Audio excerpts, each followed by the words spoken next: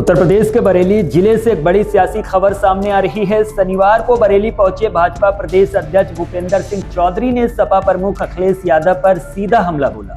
Circuit house में media से बात करते हुए उन्होंने कांवड़ यात्रा से जुड़ी घटनाओं को समाजवादी की मानसिकता से जोड़ते हुए एक सुनियोजित साजिश बताया। भाजपा के प्रदेश अध्यक्ष भूपेंद्र चौधरी ने समाजवादी पार्टी पर तीखा हमला बोलते हुए कहा कि सपा का चरित्र हमेशा से हिंदू समाज से जुड़े मुद्दों पर विवाद खड़ा करने वाला रहा, चाहे बात धर्मगुरुओं की हो या फिर आस्था और परंपराओं की। सपा सरकार के कार्यकाल में कांवड़ यात्रा पर कई बार रोक लगाने की कोशिश भी की गई थी। उन्होंने कहा कि योगी आदित्यनाथ की सरकार में आज प्रदेश में हर व्यक्ति को अपनी धार्मिक आस्था के अनुरूप त्योहार मनाने की पूरी आजादी है। इसके साथ ही भूपेंद्र चौधरी ने शिक्षक रजनीश गंगवार द्वारा लिखी विवादित कविता कांवड़ लेकर मत जाना तुम ज्ञान का दीप जलाना पर नाराजगी जाहिर की। उन्होंने कहा कि किसी की धार्मिक आस्था को ठेस पहुंचाना ना तो सही है और ना ही इसे बर्दाश्त किया जाएगा। आगे सुने और क्या कहा। आप समाजवादी पार्टी का एक चरित्र है कि हमेशा हिंदू समाज से जुड़ी विषयों पर इस प्रकार की वो टिप्पणी करते हैं, चाहे हमारे धर्मगुरुओं के बारे में हो, चाहे हमारी परंपरा आस्था के बारे में हो। सरकार, उनकी सरकारों के समय किस प्रकार से कांवड़ यात्रा को लेकर प्रतिबंध लगाए जाते थे, कांवड़ यात्रा को बाधित करने का प्रयास होता था, लेकिन आज की सरकार में माननीय मुख्यमंत्री जी के नेतृत्व में सभी को अपनी धार्मिक आस्था के आधार पर सभी तीज त्योहार मनाने के पूरी छूट है। सरकार ने सभी त्योहारों को, चाहे किसी भी समुदाय संप्रदाय के हो, सब लोग शांतिपूर्वक अपनी आस्था के अनुसार त्योहारों को मनाए, इसके लिए सरकार ने सारी व्यवस्थाएं की है। जहाँ तक कांवड़ यात्रा का विषय है, कांवड़ यात्रा करोड़ों लोगों की आस्था से जुड़ा विषय है और हमारी सरकार ने उस भावनाओं को, आस्थाओं को ध्यान में रखते हुए कांवड़ यात्रा सुरक्षित बगैर किसी विवाद के संपन्न हो, इसके लिए सरकार ने समूची व्यवस्था की। निश्चित रूप से अगर कोई कानून अपने हाथ में लेता है तो सरकार विधि सम्मत सबके खिलाफ कार्रवाई करेगी।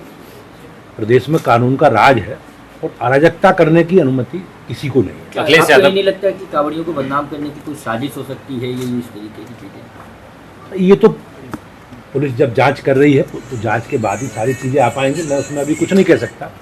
लेकिन जिस प्रकार से समाजवादी पार्टी के द्वारा इस पूरे धार्मिक आयोजन को विवादित करने का प्रयास किया जा रहा है, तो हो सकता है इसमें कहीं ना कहीं षड्यंत्र भी हो। लोकसभा चुनाव के बाद जितने भी विधानसभा चुनाव हुए, चाहे दिल्ली का चुनाव हो, कहाँ था इंडिया गठबंधन?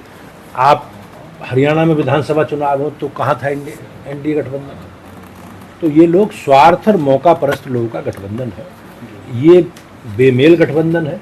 कोई वैचारिक समानता, वैचारिक मेल में नहीं है। ये लोग स्वार्थी लोग हैं और प्रदेश और इस देश की जनता इनके चरित्र के बारे में सब जानती है और इनके लिए निगेटिव एजेंडा बार बार नहीं चलता जाता। लोगों को गुमराह करके, झूठ बोल करके जो निगेटिव एजेंडा चलाने का प्रयास विपक्षी गठबंधन ने लोकसभा में चुनाव में किया था, उसके बाद के चुनावों में देश की जनता ने इन्हें पूरा सबक सिखा दिया है कि इस प्रकार के बेमेल गठबंधन का कोई स्थान देश की राजनीति में नहीं। अखिलेश यादव कह रहे हैं कि एक टीचर ने कविता लिखी थी कांवड़ को लेकर, उनके बाद उस पर एफआईआर हो गई है।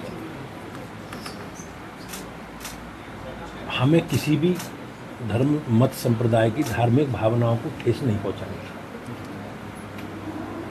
देश में बड़ी संख्या में लोग अपनी आस्था, परंपरा और विरासत के आधार पर अपनी दिनचर्या आगे बढ़ा रहे हैं और हमारी सरकार ने सभी धर्मों के सम्मान करने की बात कही है। लेकिन एक ट्रेंड है जिस प्रकार से एक विशेष मत संप्रदाय को लांछित करने का काम सदियों से लोग करते रहे हैं, लेकिन आज की जो स्थिति है, आज की सरकार ने इस प्रकार के सभी गतिविधि को प्रतिबंधित करके उनके खिलाफ कार्रवाई सरकार कर रही है। अखिलेश यादव कह रहे हैं कि हमारी सरकार आएगी तो कांवड़ियों के लिए कॉरिडोर बनाएंगे।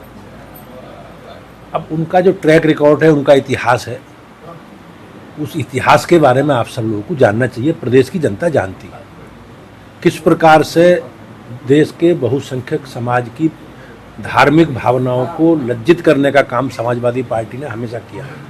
चाहे अयोध्या में राम मंदिर से जुड़ा विषय हो, चाहे कांवड़ यात्रा हो, जितने भी धार्मिक आयोजन बहुसंख्यक समाज के, किस प्रकार से समाजवादी पार्टी के नेताओं के बयान हिंदुओं के बारे में, हिंदू धर्म गुरुओं के बारे में, साधु संतों के बारे में जिस प्रकार की नकारात्मक टिप्पणी, और हमारे जो धार्मिक ग्रंथ है रामायण महाभारत, उनके बारे में जिस प्रकार से टिप्पणी वो करते रहे, तो ये उनका चरित्र समाज में सनातन विरोधी है, ये जग जाहिर है। तीसरी पंचायत चुनाव की तैयारियां चल रही हैं और इस बार ये भी मांग उठ रही है कि डायरेक्ट जो जनता है वो चुने, ब्लॉक प्रमुख। अब ये तो सरकार इस विषय में कुछ बता सकती है, मुझे इसकी जानकारी नहीं है, लेकिन 34 पंचायतों में हमारी पार्टी केवल जिला पंचायतों के सदस्यों को घोषित करके चुनाव लड़ती है।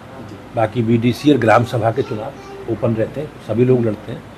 तो हमारी पूरी तैयारी है संगठन की दृष्टि से भी, और पार्टी ने पूरी चिन्हित करके सारे विषयों को तय करके जैसे चुनाव की अधिसूचना लगेगी और आरक्षण के बाद कार्यक्रम जारी होगा, हम लोग अपने प्रत्याशी घोषित करेंगे। अध्यक्ष यूपी के अध्यक्ष की कब तक घोषणा होने जा रही है? अखिलेश यादव कह रहे हैं कि इन पार्टी के पास लगता है नेताओं की कमी है, तभी अध्यक्ष नहीं घोषित कर पा रहे। अभी आपने देखा होगा माननीय गृह मंत्री जी ने एक संसद में एक बयान दिया था, बोला था अखिलेश जी के बारे में कि हमें 12-15 करोड़ लोगों में से लोकतांत्रिक तरीके से एक प्रक्रिया करके अपने संगठन की रचना को आगे बढ़ाना। तो आपने देखा होगा हमने पिछले साल 2024 में शायद अगस्त सितंबर में साधारण सदस्यता प्रारंभ की। उत्तर प्रदेश में 2.5 करोड़ से ज़्यादा लोग साधारण सदस्य बने। उसके बाद हमने एक्टिव मेंबरशिप प्रारंभ की, तो बड़ी संख्या में लोग सक्रिय सदस्य बने। 1,62,000 में स्थानीय समितियों में लगभग 1,50,000 से अधिक हमारी स्थानीय समिति बनी है। 1918 मंडलों में से लगभग 1700-1750 मंडल बन गए हैं, और उसके बाद फिर 70 जिलाध्यक्ष घोषित हुए हैं। 98 में से 70 जिलाध्यक्ष घोषित हुए। पार्टी की ये मंशा है कि सर्वव्यापी सर्वस्पर्शी हमारा संगठन बने, तो उसके लिए कुछ सामाजिक राजनीतिक कारणों से कुछ जिले रुके हैं। अध्यक्ष जी, जो स्कूलों लेकिन प्रदेश चुनाव के लिए तैयार है। केंद्रीय नेतृत्व जब चाहेगा, हमने अहर्ता पूरी है हमारी, और केंद्रीय नेतृत्व तुरंत एकदम प्रदेश अध्यक्ष का चुनाव होगा।